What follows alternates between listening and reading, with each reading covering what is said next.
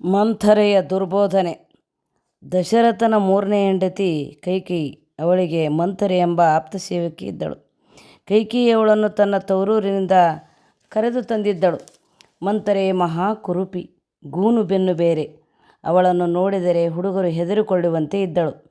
ಜೊತೆಗೆ ಅವಳು ಚಾಡಿಕೋರಿ, ತನಗೆ ಆಗದವರ ಬಗ್ಗೆ ಸಲ್ಲದ ಅಪಪ್ರಚಾರ ಮಾಡುತ್ತಿದ್ದಳು. ಯಾವುದಾದರೂ ರೀತಿಯಲ್ಲಿ ಅವರಿಗೆ ತೊಂದರೆ ಉಂಟು ಮಾಡುತ್ತಿದ್ದಳು. ಹೀಗಾಗಿ ಅವಳನ್ನು ಕಂಡರೆ ಯಾರಿಗೂ ಆಗುತ್ತಿರಲಿಲ್ಲ.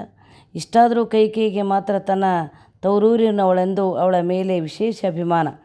ದಶರಥನ ರಾಜ್ಯಸಭೆಯಲ್ಲಿ ಶ್ರೀರಾಮನ ಪಟ್ಟಾಭಿಷೇಕದ ವಿಷಯ ನಿರ್ಣಯವಾದ ನಂತರ ಆಸ್ಥಾನಿಕರು ಸಂತೋಷ ಸಡಗರಗಳಿಂದ ಹೊರಬರುತ್ತಿದ್ದುದನ್ನು ಮಂಥರೆ ನೋಡಿದಳು. ಅವಳು ಆಸ್ಥಾನಿಕನೊಬ್ಬನ ಪರಿವಾರದವನನ್ನು ಕಂಡು, ಏನು ಇಷ್ಟೊಂದು ಸಂಭ್ರಮ ಎಂದು ಕೇಳಿದಳು. ಅವನು, ನಾಳೆ ಶ್ರೀರಾಮನಿಗೆ ಪಟ್ಟಾಭಿಷೇಕ, ಇದಕ್ಕಿಂತ ಸಂತೋಷದ ವಿಷಯ ಇನ್ನೇನಿದೆ ಎಂದ. ಆದರೆ ಈ ವಿಷಯ ಕೇಳಿದ ಮಂಥರೆಗೆ ಮಾತ್ರ ಸಂತೋಷವಾಗಲಿಲ್ಲ. ಬದಲು ಅವಳಿಗೆ ಆಕಾಶವೇ ಕಳಚಿ ತಲೆಯ ಮೇಲೆ ಬಿದ್ದಂತೆ ಆಯಿತು. ಹೇಗಾದರೂ ಮಾಡಿ ಈ ಪಟ್ಟಾಭಿಷೇಕವನ್ನು ತಪ್ಪಿಸಬೇಕು ಎಂದುಕೊಂಡು ಕೈಕೇಯಿಯ ಬಳಿಗೆ ಬಂದಳು. ರಾಮನಿಗೆ ಪಟ್ಟಾಭಿಷೇಕ ಎಂಬ ವಿಷಯ ತಿಳಿಸಿದಳು. ಕೈಕೇಯಿಗೆ ಸುದ್ದಿ ತಿಳಿದು ಬಹಳ ಸಂತೋಷವಾಯಿತು. ಅವಳಿಗೆ ರಾಮನ ಮೇಲೆ ಅಗಾಧವಾದ ಪ್ರೇಮ. ತನ್ನ ಮಗ ಭರತನನ್ನು ಪ್ರೀತಿಸುವುದಕ್ಕಿಂತ ಒಂದು ತೂಕ ಹೆಚ್ಚಾಗಿ ರಾಮನನ್ನು ಅವಳು ಪ್ರೀತಿಸುತ್ತಿದ್ದಳು. ತನ್ನ ಮುದ್ದಿನ ಮಗ ಶ್ರೀರಾಮನಿಗೆ ಪಟ್ಟಾಭಿಷೇಕ ಎಂದ ಕೂಡಲೇ ಅವಳಿಗೆ ಆನಂದವಾಯಿತು. ಒಳ್ಳೆಯ ಸುದ್ದಿಯನ್ನು ತಂದ ಮಂಥರೆಗೆ ತನ್ನ ಮುತ್ತಿನ ಹಾರವನ್ನು ಬಹುಮಾನವಾಗಿ ಕೊಟ್ಟಳು. ಮಂಥರೆಗೆ ಮೊದಲೇ ಸಿಟ್ಟು ಬಂದಿತ್ತು. ಈಗ ಕೈಕೇಯಿಯ ಸಂತೋಷವನ್ನು ಕಂಡು ಅವಳ ಆಕ್ರೋಶ ಎಲ್ಲೇ ಮೀರಿತು. ಅವಳು ಕೈಕೇಯಿ ಕೊಟ್ಟ ಮುತ್ತಿನ ಹಾರವನ್ನು ತೆಗೆದು ಬೀಸಾಡಿದಳು. ಕೈಕೇಯಿಗೆ ಕೋಪ ಬಂತು. ಮಂಥರೆ, ನಾನು ಸಂತೋಷದಿಂದ ಕೊಟ್ಟ ಹಾರವನ್ನು ಏಕೆ ಬೀಸಾಡಿದೆ ಎಂದು ಕೇಳಿದಳು. ಮಂಥರೆ, ಅಯ್ಯೋ ಕೈಕೇಯಿ, ನಿನಗೆ ಇನ್ನೂ ಬುದ್ಧಿ ಬಂದಿಲ್ಲವಲ್ಲ. ನನ್ನ ಸವತಿಯ ಮಗ ರಾಮನಿಗೆ ಪಟ್ಟಾಭಿಷೇಕ ಎಂದರೆ ನೀನು ಸಂಭ್ರಮ ಪಡುತ್ತಿದ್ದೀಯಲ್ಲ, ಇದಕ್ಕೆ ಏನನ್ನಬೇಕು? ರಾಮನಿಗೆ ಪಟ್ಟಾಭಿಷೇಕ ಆಗುವುದರಿಂದ ನಿನಗೆ ಬರುವ ಲಾಭವಾದರೂ ಏನು ಎಂದು ಹಂಗಿಸಿದಳು. ಕೈಕೇಯಿ ಕೋಪದಿಂದ, ಮಂಥರೆ, ಹುಚ್ಚಾಗಿ ಮಾತನಾಡಬೇಡ. ಶ್ರೀರಾಮ ನನ್ನ ಸವತಿಯ ಮಗನಾದರೇನು? ನನ್ನ ಸ್ವಂತ ಮಗನಿಗಿಂತ ಹೆಚ್ಚು ಪ್ರೀತಿಯಿಂದ ನನ್ನನ್ನು ಕಾಣುತ್ತಾನೆ. ಅವನಿಗೆ ಪಟ್ಟಾಭಿಷೇಕ ಎಂದರೆ ನನಗೆ ನಿಜಕ್ಕೂ ಸಂತೋಷ ಎಂದಳು. ಮಂಥರೆಯು, ಕೈಕೇಯಿ, ನಿನಗೆ ಬುದ್ಧಿ ಸಾಲದು, ಆದ್ದರಿಂದಲೇ ಹೀಗೆ ಮಾತನಾಡುತ್ತಿದ್ದೀಯೆ. ಶ್ರೀರಾಮನು ನಾಳೆ ರಾಜನಾದರೆ ನಿನ್ನ ಮಗ ಭರತನ ಗತಿಯೇನು? ಅವನು ರಾಮನ ಮನೆಯಲ್ಲಿ ಬರೀ ಸೇವಕನಾಗಿರಬೇಕಷ್ಟೇ. ನಿನಗೂ ಸಹ ಒಂದಿಷ್ಟು ಬೆಲೆ ಇರುವುದಿಲ್ಲ. ನೀನು ರಾಮನ ತಾಯಿಯ ದಾಸಿಯಾಗಿರಬೇಕಾಗುತ್ತೆ ಗೊತ್ತೇ. ಆದ್ದರಿಂದ ನಾನು ಹೇಳುವ ಮಾತನ್ನು ಕೇಳು. ಹೇಗಾದರೂ ಮಾಡಿ ಈ ಪಟ್ಟಾಭಿಷೇಕವನ್ನು ತಪ್ಪಿಸು ಎಂದಳು. ಕೈಕೇಯಿ ಮೊದಲು ಮಂಥರೆ ಹೇಳಿದ ಮಾತುಗಳನ್ನು ಒಪ್ಪಲಿಲ್ಲ. ಆದರೆ ಮಂಥರೆ ಬಹಳ ದುಷ್ಟ ಹೆಂಗಸು. ಒಮ್ಮೆ ಅವಳ ಮನಸ್ಸಿಗೆ ಏನಾದರೂ ಕೆಟ್ಟದ್ದು ಮಾಡಬೇಕು ಅನ್ನಿಸಿದರೆ ಸಾಕು, ಅದನ್ನು ಹಾಗೆಯೇ ಮಾಡುವಾಕೆ. ಅವಳು ಕೈಕೇಯಿಗೆ ಅನೇಕ ರೀತಿಯ ದುರ್ಬೋಧನೆ ಮಾಡಿ ಅವಳ ಮನಸ್ಸನ್ನು ಕೆಡಿಸಿಬಿಟ್ಟಳು. ರಾಮನೆಂದರೆ ಭರತನಿಗಿಂತಲೂ ಒಂದು ಪಾಲು ಹೆಚ್ಚಾಗಿ ಪ್ರೀತಿಸುತ್ತಿದ್ದ ಕೈಕೇಯಿ ಈಗ ರಾಮನನ್ನು ದ್ವೇಷಿಸಲಾರಂಭಿಸಿದಳು. ಹೇಗಾದರೂ ಸರಿ ಈ ಪಟ್ಟಾಭಿಷೇಕವನ್ನು ನಿಲ್ಲಿಸಿ ತನ್ನ ಮಗ ಭರತನಿಗೆ ಪಟ್ಟಾಭಿಷೇಕ ಮಾಡಿಸಬೇಕು ಎಂದು ನಿಶ್ಚಯಿಸಿದಳು. ಆದರೆ ಅದನ್ನು ಮಾಡುವುದು ಹೇಗೆ? ಅವಳು ಮಂಥರೆಯನ್ನೇ ಕೇಳಿದಳು. ಮಂಥರೆ, ನೀನು ಹೇಳಿದ ಮಾತು ನಿಜ. ಶ್ರೀರಾಮನಿಗೆ ಪಟ್ಟಾಭಿಷೇಕವಾದರೆ ಅದರಿಂದ ನನಗೆ ಏನೂ ಪ್ರಯೋಜನವಿಲ್ಲ. ಆದ್ದರಿಂದ ರಾಮನ ಬದಲು ನನ್ನ ಮಗ ಭರತನಿಗೆ ಪಟ್ಟಾಭಿಷೇಕ ಮಾಡಿಸಬೇಕು. ಇದನ್ನು ಸಾಧಿಸುವುದು ಹೇಗೆ ಎಂದಳು. ಅದಕ್ಕೆ ಮಂಥರೆ ಒಂದು ಉಪಾಯವನ್ನು ಹೇಳಿಕೊಟ್ಟಳು. ಹಿಂದೆ ಶಂಬರಾಸುರನೆಂಬ ರಾಕ್ಷಸನು ದೇವತೆಗಳ ಮೇಲೆ ಯುದ್ಧ ಹೂಡಿದ್ದನು. ದೇವತೆಗಳಿಗೆ ಅವನನ್ನು ಸೋಲಿಸಲಾಗಲಿಲ್ಲ. ಆಗ ದೇವೇಂದ್ರನು ತಮ್ಮ ಸಹಾಯಕ್ಕಾಗಿ ದಶರಥನನ್ನು ಕರೆದನು. ದಶರಥನ ಜೊತೆ ಕೈಕೇಯಿ ಯುದ್ಧರಂಗಕ್ಕೆ ಹೋದಳು. ಯುದ್ಧ ನಡೆಯುತ್ತಿದ್ದಾಗ ರಾಕ್ಷಸರು ಪ್ರಯೋಗಿಸಿದ ಅಸ್ತ್ರಗಳಿಂದ ದಶರಥನು ಮೂರ್ಛಿತನಾಗಿ ಬಿದ್ದುಬಿಟ್ಟನು. ಆಗ ಕೈಕೇಯಿ ಬಹಳ ಧೈರ್ಯದಿಂದ ರಥವನ್ನು ತಾನೇ ನಡೆಸಿಕೊಂಡು ದಶರಥನನ್ನು ಯುದ್ಧಭೂಮಿಯಿಂದ ಹೊರಗೆ ಕರೆತಂದು ಉಪಚರಿಸಿ ಕಾಪಾಡಿದಳು. ದಶರಥನು ಕೈಕೇಯಿ ಸೇವೆಯನ್ನು ಬಹಳವಾಗಿ ಮೆಚ್ಚಿಕೊಂಡು, ಕೈಕೇಯಿ, ನೀನು ನನ್ನ ಜೀವವನ್ನು ಉಳಿಸಿ ಉಪಕಾರ ಮಾಡಿದ್ದೀಯೆ. ನಿನಗೆ ಬೇಕಾದ 2 ವರಗಳನ್ನು ಕೇಳಿಕೋ, ನಾನು ಕೊಡುತ್ತೇನೆ ಎಂದನು. ಕೈಕೇಯಿಯು, ಮಹಾರಾಜ, ನನಗೆ ಸದ್ಯಕ್ಕೆ ಯಾವ ವರದ ಅಗತ್ಯವೂ ಇಲ್ಲ. ಮುಂದೆ ಯಾವಾಗಲಾದರೂ ಬೇಕಾದಾಗ ಈ ವರಗಳನ್ನು ಉಪಯೋಗಿಸಿಕೊಳ್ಳುತ್ತೇನೆ ಎಂದಿದ್ದಳು. ಮಂಥರೆ ಈ ವಿಷಯವನ್ನು ಕೈಕೇಯಿಗೆ ಜ್ಞಾಪಿಸಿ, ಕೈಕೇಯಿ, ನೀನು ಈಗ ದಶರಥನ ಬಳಿ ಆ 2 ವರಗಳನ್ನು ಕೇಳಿಕೊ. ಮೊದಲನೆಯದು, ಶ್ರೀರಾಮನು 14 ವರ್ಷ ವನವಾಸಕ್ಕೆ ಹೋಗಬೇಕು ಎಂದು. 14 ವರ್ಷ ಬಹಳ ದೀರ್ಘವಾದ ಅವಧಿ. ಈ ಅವಧಿಯಲ್ಲಿ ರಾಮನು ಕಾಡಿನಲ್ಲಿ ಯಾವುದಾದರೂ ಪ್ರಾಣಿಗೆ ಆಹುತಿಯಾಗಿ ಬಿಡಬಹುದು ಅಥವಾ ಜನರೇ ಅವನನ್ನು ಮರೆತು ಬಿಡಬಹುದು. ಆದ್ದರಿಂದ ಶ್ರೀರಾಮನನ್ನು 14 ವರ್ಷ ಅರಣ್ಯಕ್ಕೆ ಕಳುಹಿಸುವಂತೆ ದಶರಥನನ್ನು ಒತ್ತಾಯಿಸು. ನೀನು ಕೇಳಬೇಕಾದ 2ನೆಯ ವರ, ನಿನ್ನ ಮಗ ಭರತನಿಗೆ ಪಟ್ಟಾಭಿಷೇಕ ಮಾಡಬೇಕು ಎಂಬುದು. ಇದರಿಂದ ಅಯೋಧ್ಯೆಯ ಮೇಲೆ ನಿನ್ನ ಸಂಪೂರ್ಣ ಹತೋಟಿ ಇರುತ್ತದೆ ಎಂದಳು. ಕೈಕೇಯಿಗೆ ಮಂಥರೆಯ ಸಲಹೆಯನ್ನು ಕೇಳಿ ಬಹಳ ಸಂತೋಷವಾಯಿತು. ಈ ವರಗಳನ್ನು ಹೇಗಾದರೂ ಪಡೆಯಲೇಬೇಕು ಎಂದು ನಿಶ್ಚಯಿಸಿದಳು. ಅಷ್ಟು ಹೊತ್ತಿಗೆ ರಾಜ್ಯಸಭೆಯ ಕಲಾಪಗಳನ್ನು ಮುಗಿಸಿ ದಶರಥ ಕೈಕೇಯಿಯ ಅರಮನೆಗೆ ಬಂದ. ಅವನು ರಾಮನ ಪಟ್ಟಾಭಿಷೇಕದ ಸಂಭ್ರಮದಲ್ಲಿದ್ದ. ಕೈಕೇಯಿಗೆ ಈ ವಿಷಯವನ್ನು ಮೊದಲು ತಿಳಿಸಿ ಅವಳನ್ನು ಸಂತೋಷಪಡಿಸಬೇಕೆಂಬ ಉತ್ಸಾಹದಿಂದ ಬಂದಿದ್ದ. ಆದರೆ ಇಲ್ಲಿ ನೋಡಿದರೆ ಕೈಕೇಯಿ ಕೋಪಿಸಿಕೊಂಡು ಕುಳಿತಿದ್ದಾಳೆ. ಅದನ್ನು ನೋಡಿ ದಶರಥನಿಗೆ ಆಶ್ಚರ್ಯವಾಯಿತು. ರಾಣಿ, ನಿನ್ನ ಮುಖವೇಕೆ ಕುಂದಿದೆ? ನೀನು ಕೋಪಗೊಂಡಂತೆ ಇರುವೆಯಲ್ಲ, ಇದಕ್ಕೆ ಕಾರಣವೇನು? ನಿನ್ನ ಕೋರಿಕೆ ಏನಾದರೂ ಇದ್ದರೆ ಹೇಳು, ನಾನು ಖಂಡಿತ ಅದನ್ನು ಈಡೇರಿಸುತ್ತೇನೆ, ಸಂಶಯ ಪಡಬೇಡ ಎಂದು ರಮಿಸಿದನು. ಕೈಕೇಯಿ, ಮಹಾರಾಜ, ನಿನ್ನಿಂದ ನನಗೊಂದು ಕೆಲಸ ಆಗಬೇಕಾಗಿದೆ. ನೀನು ಅದನ್ನು ಖಂಡಿತ ನೆರವೇರಿಸಿಕೊಡುತ್ತೇನೆ ಎಂದು ಪ್ರತಿಜ್ಞೆ ಮಾಡಿ ಹೇಳಿದರೆ ನಾನು ವಿಷಯ ತಿಳಿಸುತ್ತೇನೆ ಎಂದಳು. ದಶರಥನು, ಕೈಕೇಯಿ, ಇದೇನು ನನ್ನ ಮಾತಿನಲ್ಲಿ ಅನುಮಾನವೇ? ನೀನು ಹೇಳಿದ ಕೆಲಸವನ್ನು ನಾನು ಎಂದು ತಾನೇ ನೆರವೇರಿಸಿಲ್ಲ. ಆದಾಗ್ಯೂ ಇಗೋ ನೋಡು, ನಿನ್ನ ಸಂತೋಷಕ್ಕಾಗಿ ಹೇಳುತ್ತಿದ್ದೇನೆ.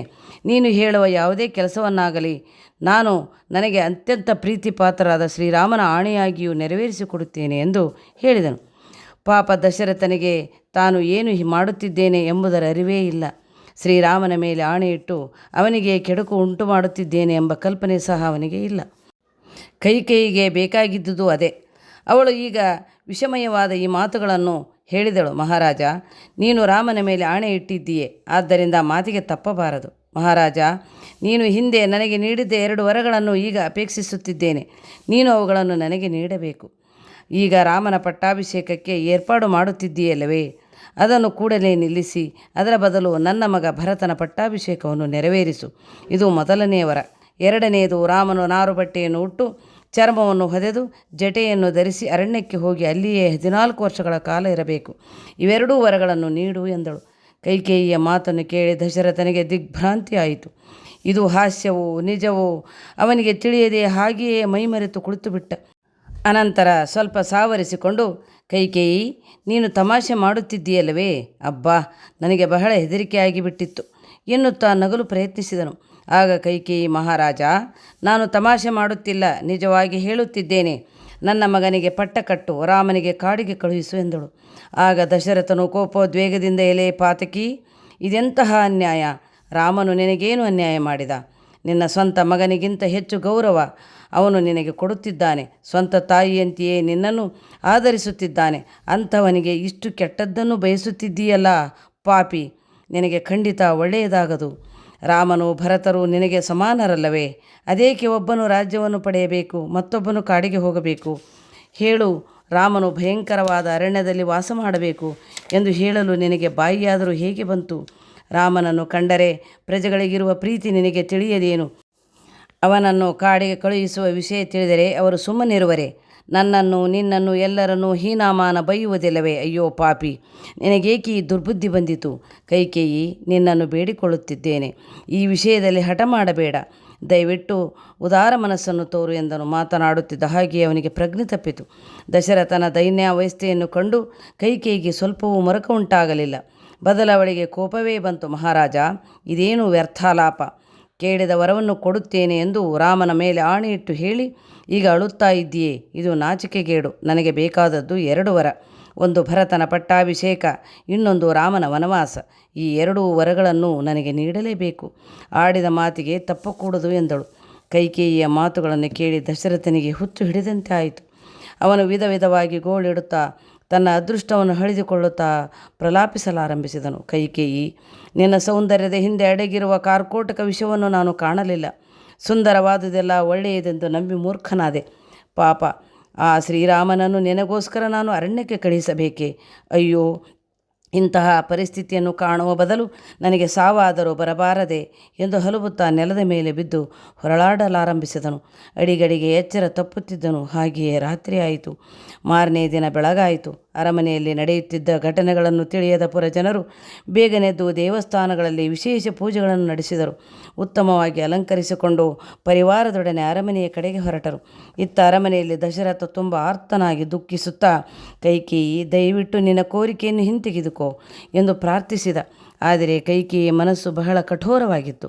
ದಶರಥನ ಈ ಅವಸ್ಥೆಯನ್ನು ನೋಡಿ ಅವಳಿಗೆ ಸ್ವಲ್ಪವೂ ಕನಿಕರ ಉಂಟಾಗಲಿಲ್ಲ. ಬದಲು ತನ್ನ ಆಸೆ ಇನ್ನೂ ಈಡೇರಲಿಲ್ಲವಲ್ಲ ಎಂದು ಕೋಪ ಬಂತು. ಅವಳು, ಮಹಾರಾಜ, ರಾಮನಿಗೆ ನನ್ನ ಆಸೆಯನ್ನು ತಿಳಿಸಲು ನಿಮಗೆ ಹೆದರಿಕೆ ಆದರೆ ನಾನೇ ತಿಳಿಸುತ್ತೇನೆ ಎಂದು ಹೇಳಿ ಸೇವಿಕೆಯೊಬ್ಬಳನ್ನು ಕರೆದಳು. ರಾಮನನ್ನು ಕೂಡಲೇ ಕರೆದುಕೊಂಡು ಬಾ ಎಂದು ಹೇಳಿ ಕಳುಹಿಸಿದಳು.